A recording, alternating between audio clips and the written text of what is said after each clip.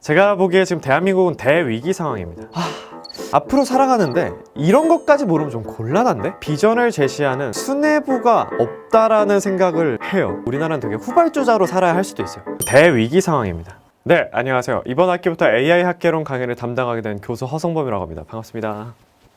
제 수업은 비전공자든 누구든 쉽게 이해할 수 있도록 AI에 진짜 필요한 지식들만 담아서 한번 얘기를 해보려고 합니다.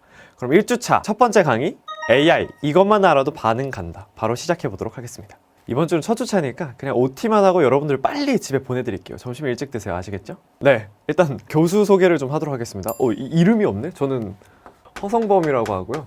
허락할 헐자에 이룰성의 법범자를 씁니다. 원래 이런 거 한문까지 써줘야 되는데. 아무튼 한국과학영작학교 졸업했고 카이스트 전산학부 졸업했고요. 지금 카이스트 AI 대학원 다니고 있습니다. 롤티어 골드고요. 이과 외길 인생 21년 차입니다. 옆에 있는 아이는 저희 집 강아지 여울입니다. 제가 이 강의를 만들게 된 이유가 어느 날 아침에 저희 어머니가 전화를 줬는데 AI 관련된 질문들을 이것저것 하시는 거예요. 근데 그 안에 맞는 정보도 있지만 틀린 정보가 되게 많더라고. 그래서 이거 엄마 어디서 들었어? 했더니 나 신문이랑 유튜브에서 봤지. 그래서 제가 막 찾아보니까 AI에 대한 관심이 엄청 늘어나는 것 대비 우리가 진짜 알아야 할 AI의 비전이나 그런 양질의 지식을 제공하는 곳이 너무 적은 거예요. 그래서 이거는 국익을 위해서, 여러분들을 위해서, 그리고 제가 사랑하는 사람들이 좀 AI에 대해서 제대로 알아줬으면 좋겠고 앞으로 살아가는데 이런 것까지 모르면 좀 곤란한데? 싶은 내용들을 위주로 좀 담아봤습니다. 진짜 AI에 대해서 심도 있게 다뤄보는 강의를 좀 만들어 보려고 합니다. 근데 그렇게까지 어렵진 않을 거예요. 왜냐면 이걸 찍고 있는 PD가 문과이기 때문이죠. 그래서 저 PD님의 기준에 맞춰서 PD님이 이해가 안 되면 바로바로 질문해 줄 거니까 여러분들 걱정하지 말고 강의 들어주셨으면 좋겠습니다. 이런 것까지 모르면 좀 곤란한데? 첫 번째로 AI가 뭔지에 대해서 설명부터 해야 돼. AI는 뭐의 약자예요? Artificial Intelligence의 약자죠. 인공적으로 만든 지능이라는 뜻이에요. 사람들이 인공지능 너무 많이 들어봤는데 이걸 어떻게 정의하면 좋을까? 그래서 제가 생각을 한 게 딱 세 가지의 조건이 있어요. 첫 번째는 구조가 있어야 돼. 구조. 우리의 지능은 어디서 나오나요? 뇌라는 구조에서 나오죠. 그래서 제가 보기에 AI라는 친구도 구조가 필요해요. 근데 지금 같은 경우는 코딩, 긴 코드들로 구성되어 있겠죠. 그래서 우리 뇌에 해당하는 구조가 필요하고요. 두 번째, 학습 능력이 있어야 돼요. 얘가 뇌만 있다고 끝나는 게 아니라 그 뇌를 이용해서 어떤 데이터들과 어떤 지식들을 학습하고 얘가 스스로 능력치를 올릴 수 있어야 한다는 말입니다. 그리고 세 번째로 그 학습한 걸로 뭘 할 수 있어야 되냐? 수행할 수 있는 능력이 있어야 돼요. 이 세 가지를 갖춘 거를 AI로 보면 좋을 것 같고 그 예를 한번 들어볼게요. 챗 GPT라는 애는요 어딘가에 이제 코드가 있겠지? 걔에 대한 그 뇌 구조체 같은 게 있겠지? 그리고 걔는 우리가 어떤 말을 하거나 데이터 같은 것들을 보여주면은 걔가 학습을 해요. 아침에 미팅 자료 만들 건데 20대 회사원이고 뭐 인턴이고 이런 걸 말하면 얘가 학습을 하잖아요. 그리고 세 번째, 그럼 그거에 대해서 얘가 요구사항을 수행할 수 있는 능력이 된단 말이야. 그럼 그거는 AI의 조건이 되었다. 이렇게 보면 좋을 것 같아요. 넘어가서 그럼 이 AI라는 게 있어. 얘들을 어떻게 세면 좋을까? 왜냐면 AI 하나, AI 둘, AI 셋 이렇게 세면 약간 애매하니까 그런 걸 셀 수 있는 단위가 바로 모델이라고 해요. 모델. 탑 모델 한혜진 씨 아니고요. 모델, AI 모델이라고 하는데 쉽게 생각하면 휴대폰 생각하면 돼. 휴대폰. 우리가 삼성에서 만든 갤럭시 S20가 있고 애플에서 만든 아이폰이 있죠. 똑같아. 구글에서 만든 제미나이라는 AI 모델이 있고요. 오픈 AI에서 만든 GPT라는 모델과 소라라는 모델이 있어. 그리고 메타에서 야 메타가 왜 GPT를 만들어? 이 뭐야? 누구야? 누가 내 PPT에 장난쳤어? 누구야? 네, 잠시 오류가 있었습니다. 저 지금 문과 조교가 실수를 한 게 분명해요. 이래서 내 이 조교를 이과로 데리려고 했거늘. 아무튼 메타의 모델인 라마가 있어요. 라마. 그러면 휴대폰도 갤럭시 하나 만들고 끝내요? 아이폰 하나 만들고 끝내요? 아니죠. 갤럭시 1, 2, 3, 4, 5에서 지금 20 넘어가게 있는 것처럼 얘네도 똑같아. GPT도 그래서 1, 2, 3, 4가 있는 거예요. 그래서 지금까지 우리가 써볼 수 있는 거는 GPT-4까지 나왔다. 이런 식으로 우리는 모델이라는 단위로 AI를 센다. 이제부터 AI가 어떻게 발전했는지 그 역사에 대해서 조금 알아볼 건데요. 거기서 필수적으로 알아야 되는 개념이 이 딥러닝이라는 개념입니다. 이것만 알아도 여러분들이 AI를 이해하는 해상도가 훨씬 올라갈 거예요. 이게 뭐냐면 시작은 어떻게 했냐면 저처럼 막 이런 거 코딩 좋아하는 사람들이 하는 대회 같은 게 있었어요. 대회. 거기서 뭘 했냐면 자, 요거 봐라. 이 중에 뭐가 강아지게? 하고 밑에 사진 보면 자, 이 중에 뭐가 고양이게? 해서 코딩을 막 해가지고 모델을 딱 짜면은 누가 이거를 잘하나 대결을 한 거예요. 그래서 그런 것들이 이제 매년 연례 행사처럼 올림픽처럼 하고 있었는데 어느 날 갑자기 어떤 사람이 새로운 개념을 들고 와서 내가 딥러닝이라는 걸 한번 써봤는데 이게 대박이야. 딥러닝이 뭐야? 원래는 아까 그 고양이랑 강아지를 구별하는데 사람들이 어떻게 했냐면 강아지는 고양이보다 눈이 좀 더 동그래, 그리고 고양이는 뭔가 귀가 좀 더 뾰족하게 생겼어, 수염도 이렇게 나 있고, 이런 식으로 하나하나 코딩을 했는데 그러다 보니까 한계가 있더라는 거지. 그러면 야, 웰시코기도 수염 이렇게 나 있던데? 웰시코기 귀 뾰족하던데? 그럼 아까처럼 실컷 코딩해놔도 얘가 학습을 똑바로 못하는 거야. 근데 어떤 사람이 이 딥러닝이라는 개념을 사용을 했는데 얘가 뭐냐, 쉽게 설명을 하자면 코딩으로 우리의 뇌 같은 구조를 짜요. 이렇게 막 퍼셉트론이라고 하는 애들이 뉴런처럼 막 얽혀있는 이런 구조를 짜는데 요게 이제 뇌 역할을 한다고 보면 되고, 이걸 짜놓고 이 뇌한테 강아지 고양이 사진을 그냥 엄청 많이 보여줬어. 진짜 엄청 많이. 그랬더니만 얘가 알아서 뇌가 판단을 해서 야, 내가 많이 보다 보니까 이렇게 생기는 애는 고양이고 저렇게 생기는 애는 강아지던데? 이런 걸 구분할 수 있게 됐다는 거죠. 이거의 혁신적인 거는 뭐냐? 1번, 데이터를 많이 때려 넣었을 때 이 뇌 구조만 잘 짜면 얘가 알아서 학습을 하더라. 이게 가장 중요한 포인트인 거예요. 두 번째, 어떤 태스크에 특별한 코딩을 할 필요가 없다. 예를 들어서 막 귀를 특별히 막 찾아낸다거나 코, 수염 이런 것들을 굳이 내가 코딩할 필요 없지? 되게 일반적으로 얘가 작업을 수행할 수 있도록 AI가 발전할 수 있는 그런 토대가 되었다라고 이해하면 좋을 것 같습니다. 정리를 하자면 딥러닝이라는 것은 AI의 발전을 가속화시킨, 그 데이터라는 걸 많이 때려 넣기만 하면은 이 뇌한테 얘가 어떤 작업이든 되게 잘 수행할 수 있구나, 이런 가능성을 보여줬기 때문에 그 시작이라고 볼 수 있겠고요. 딥러닝? 러닝의 한 종류 아닙니다. 러닝 크루의 한 종류 아닙니다. 딥 러닝, 학습 방법의 한 종류고요. AI 모델을 만드는 데 있어서 사용하는 기법 중에 하나예요. 무슨 말인지 이해 가시죠? 우리가 만두 삶을 때 굽는 거 있고 삶는 거 있고 찌는 거 있잖아요. AI를 학습시킬 때 딥 러닝이라는 기법이 있다. 이렇게 이해하시면 될 것 같습니다. 그런데 이 AI와 딥러닝이라는 개념이 대두된 건 사실 되게 오래됐어. 2012년도쯤에 그 딥러닝의 개념을 누가 본격적으로 썼을 거고, 근데 지금은 2025년이잖아요. 그 사이에 어떤 이슈들이 있었길래 AI가 이렇게 갑자기 주목을 받았을까 봤더니 2016년 3월 무슨 일이 있었어요? 알파고랑 이세돌이 바둑을 뒀습니다. 근데 어떻게 됐어요? 알파고가 이겼어요. 드디어 기계가 인간을 이겼다라는 그 역사적 순간이 탄생해버린 거예요. 그럼 사람들은 어떻게 돼요? 다 두려워하기 시작하는 거야. 와, 드디어 기계가 인간을 지배하나? 그래서 이때 1차적인 공포, 그리고 신드롬 같은 게 우리나라에 있었고요. 이 이후로 컴공과 지원율이 굉장히 높아졌습니다. 저는 2018년부터 이제 AI 공부를 좀 하기 시작했는데 이 이세돌 알파고 영향이 저한테도 좀 있었습니다. 이거 내가 공부를 해봐야 되겠구나. 그리고 두 번째로 챗GPT의 등장. 2022년 11월에 되게 조용히 나왔는데 사람들이 써보니까 얘가 대박인 거야. 요놈 보소? 얘가 너무 똘똘해. 막 이것저것 시켜봤더니 다 너무 잘하고. 사람들은 어때요? 본인 삶에 직접적인 영향을 줄 때 그것의 변화를 체감한단 말이에요. 그래서 챗GPT라는 걸 써보고 이런 것들로 이런저런 작업을 수행해봤을 때 너무 수월하니까 이거 뭔가 뭐 어마어마한 시장인 것 같아, 이런 식으로 좀 관심이 폭증하기 시작했다고 보면 될 것 같습니다. 그렇게 해서 지금의 어떤 AI 신드롬이 강력하게 일어나고 있는 시대까지 우리가 오게 된 거고요. 그리고 AI 산업이 진짜 빨리 많이 바뀌거든요. 그 사이에서 여러분들이 꼭 알아두면 좋을 것 같은 전공 용어 몇 개를 갖고 와봤어요. 어렵지 않아? 도망가지 않기. 자, 첫 번째 거부터 볼게요. 첫 번째는 LLM이라고 해요. Large Language Model.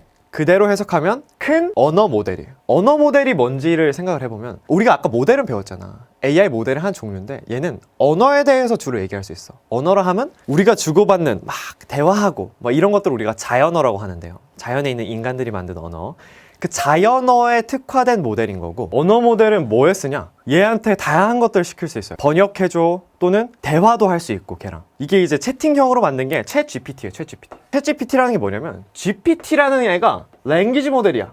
근데 얘를 채팅형으로 챗봇처럼 만들었기 때문에 우리가 챗GPT라고 이름을 지은 거거든요. 그런데 얘가 수행 능력이 충분하기 위해서는 아까 우리가 인공지능의 뇌의 역할을 하는 구조가 필요하다고 했잖아. 근데 이 뇌라는 구조는 그런 어떤 뉴런에 해당하는 요런 동글뱅이들이 막 이렇게 얽혀있단 말이야. 각각이 뭐 이렇게 신경세포 역할을 한다고 보면 되는데, 라지 랭귀지 모델은 어때? 이 신경세포가 겁나게 많은 거야.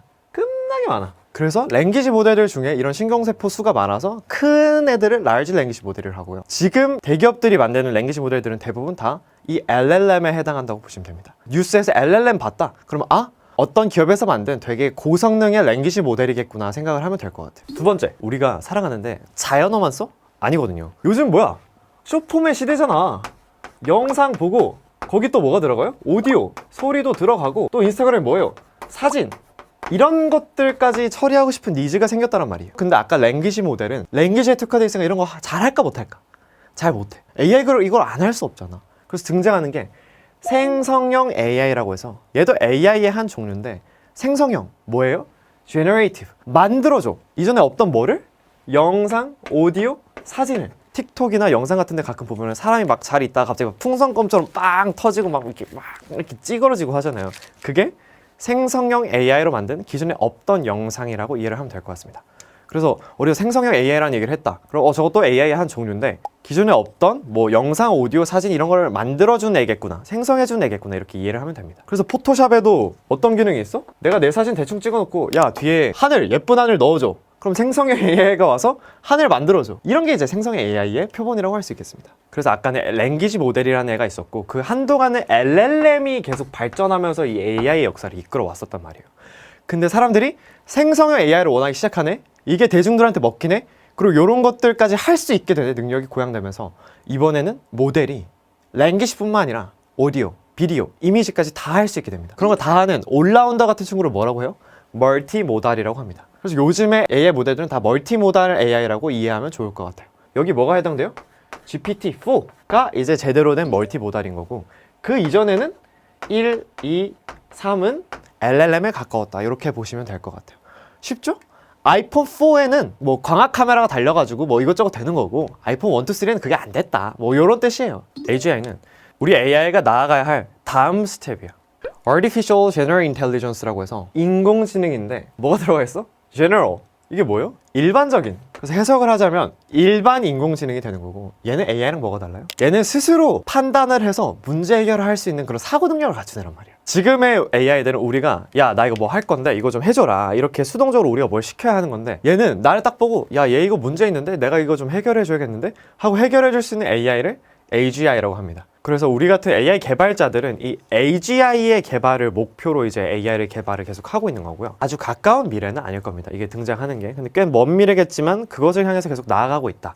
이렇게 AI의 미래 방향성으로 생각해 주시면 좋을 것 같아요. 어렵지 않아? 도망가지 않기. 그래서 이런 AI가 요즘 시대에 어떤 파워를 갖고 있냐? 제가 오늘 이 강의를 딱 찍기로 하고 어젯밤에 어떤 DM을 받았냐면 성범님 이거 성범님 맞아요? 하고 딱 봤더니 어떤 광고 영상에 내 영상을 갖다 쓴 거예요. 내 영상 갖다 썼는데 AI로 얼굴만 바꿔가지고 딴 사람 얼굴 갖다 붙여놓고 나인 척하고 광고 영상을 만들어서 올렸더라고요. 이런 게 이제 AI로 가능해진다. 여러분들이 크게 느끼는 거는 아까 말했던 생성형 AI로 인한 이미지나 비디오, 오디오 생성인 거고 이게 좋게 쓰이면 광고나 촬영 같은데 특수효과나 CG 같은 거 넣는데 이런 걸 AI가 다 해결해 줄 수도 있다는 거죠. 근데 반대로 이런 것들이 범죄에 쓰이면 뭐 딥페이크나 아까 말했던 것처럼 제 얼굴 바꿔 끼우고 또는 피싱, 우리 엄마의 보이스를 다 녹음해서 학습시킨 다음에 보이스 피싱 같은 걸 할 수도 있는 거고 그런 식의 문제가 있을 수도 있겠고요. AI 두 번째 파워는 수행 비서인데 챗GPT 지금도 비서로 쓰려면 충분히 쓸 수 있어. 나 여기 막 여기저기 여행 갈 건데 여행 코스 좀 짜줘. 나 누구한테 오늘 내 생일 초대장 보낼 건데 생일 문구 뭐라고 쓰면 좋을까?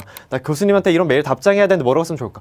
이런 식으로 내가 기존에 귀찮았던 일 그리고 나의 경험이 부족했던 일을 AI가 충분히 대체를 해줄 수 있다. 이런 뜻입니다. 그 다음으로 AI 시장과 미래에 대해서 얘기를 좀 해볼 건데 제 생각에는 좀 제일 중요한 부분이에요. 여기가 우리가 AI라는 기술이 있으면요 그 기술을 독립적으로 이해할 게 아니라 어떠한 기술이 영향을 주고 또 어떠한 기술이 영향을 받는지 그런 것들을 AI 밸류 체인이라고 하거든요. 이거를 이해해야 어떤 기업들이 왜 주목을 받고 주가가 갑자기 오르고 이런 것들을 이해할 수 있다는 말입니다. 주식 투자뿐만 아니라도 내가 나중에 추후 진로를 고르거나 취업이나 아니면 진학을 고려할 때 이런 것들을 알아두면 당연히 도움이 되겠죠. 우리가 현재 이해하고 있는 AI는 어디 있냐? 여기 있어. AI 모델. 요즘 트렌드는 멀티모달이라고 했죠. 여기 뛰어들고 있는 기업들이 뭐가 있어요? 구글 있죠? 메타 있죠? 뭐 마이크로소프트 있죠? 그 다음에 또 누가 있어요? 테슬라 있죠? 여기 이렇게 쭉쭉쭉 빅테크들이 이 AI 모델을 만들고 있다는 거고 쉽게 말하면 얘는 뇌를 만들고 있는 거다 이렇게 보시면 돼요. 근데 이런 뇌를 만드는 데는 뭐가 필수적으로 필요해요? 반도체가 필수적으로 필요해요. GPU라는 애도 필요하고 그 다음에 HBM이라고 해서 지금 SK 하이닉스에서 되게 잘 만들고 있는 건데 메모리에 해당하는 어떤 데이터를 정리하고 처리할 수 있는 그런 능력을 갖춘 친구인데 이런 것들이 필요하다. 그래서 GPU 하면 누가 유명해요? 엔비디아가 제일 유명해요. 엔비디아 주가가 완전 로켓처럼 올라갔단 말이야. 왜? 빅테크 기업들이 AI 모델을 만들려고 막 싸워 지네끼리 막 아마존, 메타, 구글 막 몸집 큰 애들끼리 야! 한판 붙자! 너네 거 이번에 좋아? 우리 휴대폰이 더 좋아! 하고서 윽박지르면서 싸우는데 뭐예요? 다 엔비디아 GPU를 쓰고 있어. 그러면은 엔비디아 옆에서 뭐 하고 있어? 팝콘 개꿀맛 하면서 누가 이기는지 보고 있어. 어차피 지네 GPU를 계속 써주니까. 그렇기 때문에 반도체 시장을 먹는 게 굉장히 중요한데, 네, 반도체 시장을 먹는 게 굉장히 중요해 보입니다. 그래서 이제 엔비디아 주가가 그렇게 올랐던 거고, 반도체 시장이 중요하다 얘기를 계속 하는 거죠. 그리고 이런 반도체를 많이 사면 얘네가 알아서 굴러가요? 아니에요. 얘네들을 한 곳에 모아놓고 그 다음에 전기도 줘야 돼. 이런 것들을 뭐라고 하냐면 인프라 사업이라고 할 수 있겠죠. 그래서 여기 들어가는 에너지, GPU를 돌리거나 얘네가 이 AI 모델을 만드는데 진짜 어마어마한 양의 전기가 들어가요. 그러려면 전력 생산을 좀 더 효율적으로 해줄 수 있는 게 필요하겠죠. 거기서 제일 주목받고 있는 게 요즘 SMR이라고 해서 소형 원자로인데, 우리가 생각하는 원자로는 엄청 크잖아요. 근데 그게 아니라 뭐 약간 요 방 안에 들어갈 것 같은 그 밥솥만한 원자를 만들어가지고 데이터 센터 하나 지어놓고 거기마다 SMR 하나씩 붙이는 거야. 이런 식으로 약간 효율적인 구조의 인프라를 짜고 있다. 그래서 에너지 기술에 개발된 사업들이나 데이터 센터에 관련된 기업들도 같이 주목을 받고 있다. 이렇게 이해를 하면 좋을 것 같습니다. 그럼 이렇게 해서 이해가 다 됐죠. 세 스텝이 이해가 됐으면 여기는 또 미래에 대한 얘기야. 뇌를 잘 만들면 뭐예요? 뇌를 만들고 끝내는 게 아니라 이걸 어떻게 응용할까에 대한 얘기를 해야 된단 말이야. 그래서 우리가 또 다음 스텝으로 보고 있는 것이 로보틱스. 챗GPT는 컴퓨터 안에 갇혀 있어. 그래서 얘는 나랑 대화밖에 못 하는데, 얘가 만약 로봇의 몸 안에 들어가서 진짜 내가 요청하는 것들을 해줄 수 있게 된다면 훨씬 더 강력해지겠죠. 그래서 로봇과 관련된 휴머노이드나 어떤 로봇에 관련된 기술들이 지금 점점 뜨고 있다는 거고, 그 다음에 바이오 AI 이런 것들도 이런 뇌에 해당하는 AI 모델을 적극적으로 쓸 수 있는 한 예시라고 볼 수 있겠습니다. 야! 한판 붙자! 너네 거 이번에 좋아! 사실 저는 진짜 AI의 진심이에요. 저는 수상소감에도 AI의 이제 발전에 대해서 얘기를 했었는데, 그게 왜냐면 제가 보기에 지금 대한민국은 대위기 상황입니다. 왜냐면 아까 말했던 이 AI 밸류 체인에 우리나라 기업들이 그래도 몇 군데는 끼어 있어야 우리도 이제 미래를 이끌어 나갈 기업이 있구나 이렇게 생각을 하게 되는 건데, 제가 막 생각나는 기업들이 좀 있긴 한데 그렇게까지 여기 메이저하게 낄 수 있는 레벨은 아닌 것 같아요. 근데 지금 현상은 뭐 그럴 수 있어. 우리는 언제나 후발주자로 출발해도 잘하는 나라였거든요.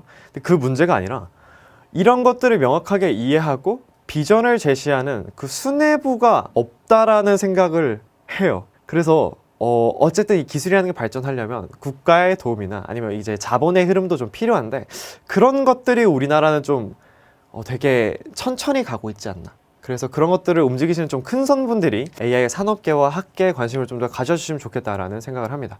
왜냐면 지금 이 시기를 잘못 넘기면 되게 오랫동안 AI가 주도적으로 성장하는 시간 동안은 우리나라는 되게 후발주자로 살아야 할 수도 있어요. 나라의 힘은 과학에서 나오고 과학이 곧 국력이잖아요. 그래서 이 과학기술을 좀 튼튼하게 갖고 있어야 우리나라가 조선, 철강, 전자, 반도체 이런 걸로 좀 오랫동안 부국강명이 일어났던 것처럼 앞으로 우리를 먹여 살릴, 우리 세대를 먹여 살릴 그런 키워드나 기업들이 또 필요하다. 이렇게 생각을 하면 될 것 같습니다. 그래서 첫 번째 강의 본 내용은 이 정도로 마무리하면 좋을 것 같고, 우리 AI 학계로는 AI 시대에서 살아남는 법을 여러분들한테 적극적으로 공유를 해보고자 합니다. 그래서 뭐 다양한 얘기를 해볼 수도 있겠죠. 어떤 직업들이 사라질 거고 어떠한 직업들이 남을 건지, 이거에 대해서 구체적으로 명확하게 제시하기는 굉장히 어려워요. 그렇지만 제가 이렇게 느끼면서 이런 것들을 가지고 있는 직업들은 살아남고 이런 것들은 빨리 없어지겠구나 하는 포인트들이 있으니까 그런 포인트도 한번 같이 정리해보면 좋을 것 같고요. 그 다음에 제가 요즘 많이 하고 있는 AI 브랜딩이라고 해서 어떤 기업, 조직 프로덕트에 어떤 식으로 AI를 도입했을 때 훨씬 더 혁신적으로 바뀔 수 있는지, 그런 것들에 대해서 제가 브랜딩하는 것들에 대해서 설명을 한번 드려볼 수도 있을 것 같고요. 그 다음에 AI 활용법, 어떤 툴 써야 하나요? 어떻게 써야 하나요? 저는 모르겠어요. 일단 여러분들 이 영상 끝나자마자 챗GPT랑 제미나이 같은 거 켜서 대화하는 몇 번을 해보시고요.